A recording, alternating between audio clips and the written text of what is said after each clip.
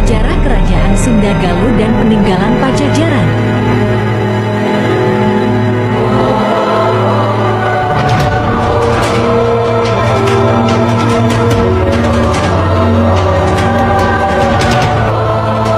Kerajaan Sunda Galuh atau Pajajaran merupakan penyatuan dua kerajaan yang pernah menancapkan kekuasaannya dari abad ke-8 hingga ke-16 Masehi.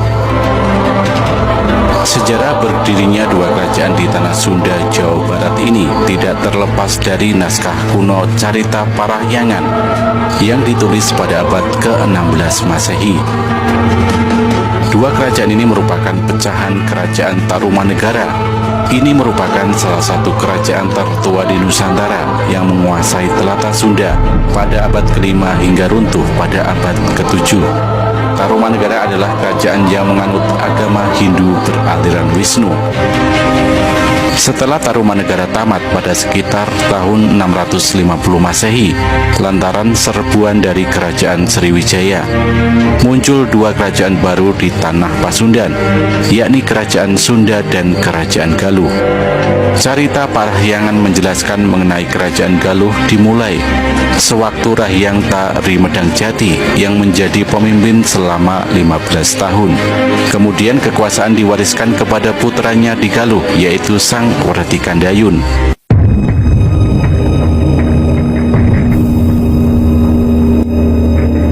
Hasil penelitian bertajuk Rekonstruksi Kerajaan Galuh abad ke-8 hingga abad ke-15 karya Nina Helena Lubis dan kawan-kawan yang terhimpun dalam Jurnal Paramita volume 26 tahun 2016 mengungkapkan bahwa pusat Kerajaan Sunda dan Galuh berada di lokasi yang berbeda.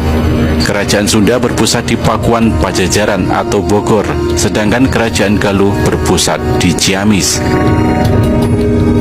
Sebelum menjadi kerajaan yang berdaulat, Sunda dan Galuh berada di bawah taklukan Tarumanegara pada masa pemerintahan Maharaja Linggawarman pada tahun 666 hingga 669 Masehi.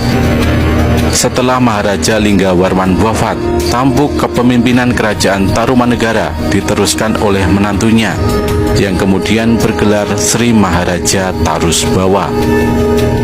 Pada periode inilah terjadi pergulakan. Penguasa Galuh Werti Kandayun memberontak dan melepaskan diri dari Tarumanegara. Pada tahun 612, Werti Kandayun mendeklarasikan Kerajaan Galuh sebagai pemerintah yang berdaulat. Situasi ini membuat Tarumanegara semakin melemah hingga akhirnya runtuh karena serangan dari Kerajaan Sriwijaya pada sekitar 650 Masehi. Sri Maharaja Tarusbawa yang selamat kemudian mendirikan pemerintahan baru bernama Kerajaan Sunda di tepi hulu sungai Cipakan Cilan yang termasuk wilayah Bogor sekarang.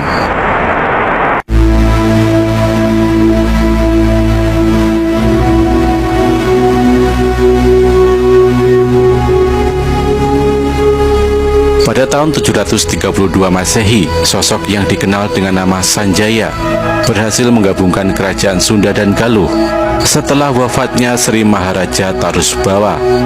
Demikian tulis Ayat Rohaidi dalam Sunda Kala, cuplikan sejarah Sunda berdasar naskah-naskah Panitia Wangsakerta pada tahun 2005.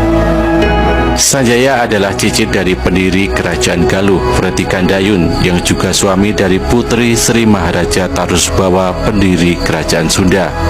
Sanjaya tampil sebagai pemersatu Sunda Galuh setelah Sri Maharaja Tarusbawa meninggal dunia. Selain itu, Sanjaya juga merupakan cucu dari Ratu Sima, pemimpin Kerajaan Kalingga yang berpusat di Jepara, Jawa bagian tengah. Maka Sanjaya pun berhak memimpin Kalingga sepeninggal Ratu Sima. Sanjaya atau Prabu Haris Dharma inilah yang nantinya mendirikan Kerajaan Mataram kuno sekaligus sebagai pendiri Wangsa Sanjaya. Lantaran harus bertahta di Kerajaan Kalingga, Sanjaya menyerahkan tampuk kekuasaan Sunda Galuh kepada putranya yang bernama Rakyan Panaraban pada tahun 732 hingga 739 Masehi. Namun di bawah pemerintahan Rakian Panaraban, Sunda Galuh kembali terpecah. Pada tahun 739 Masehi, Panaraban membagi kekuasaan kepada kedua putranya, yaitu Sang Manarah yang berkuasa di Kerajaan Galuh dan Sang Bangga yang mendapatkan singgasana Kerajaan Sunda.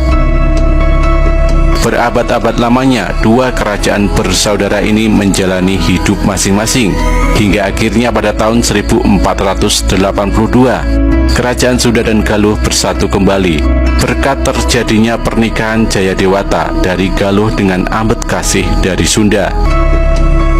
Sunda dan Galuh kembali bersatu di bawah pimpinan Jayadewata yang menyandang gelar Sri Baduga Maharaja pada tahun 1482 hingga 1521. Pada masa Sri Baduga Maharaja, Kerajaan Sunda dan Galuh dikenal dengan nama Kerajaan Pajajaran atau Pakuan Pajajaran. Pada tahun 1579, Kerajaan Sunda Galuh atau Pakuan Pajajaran diserang Kesultanan Banten yang membuat imperium di telatah Pasundan ini harus mengakhiri riwayat panjangnya.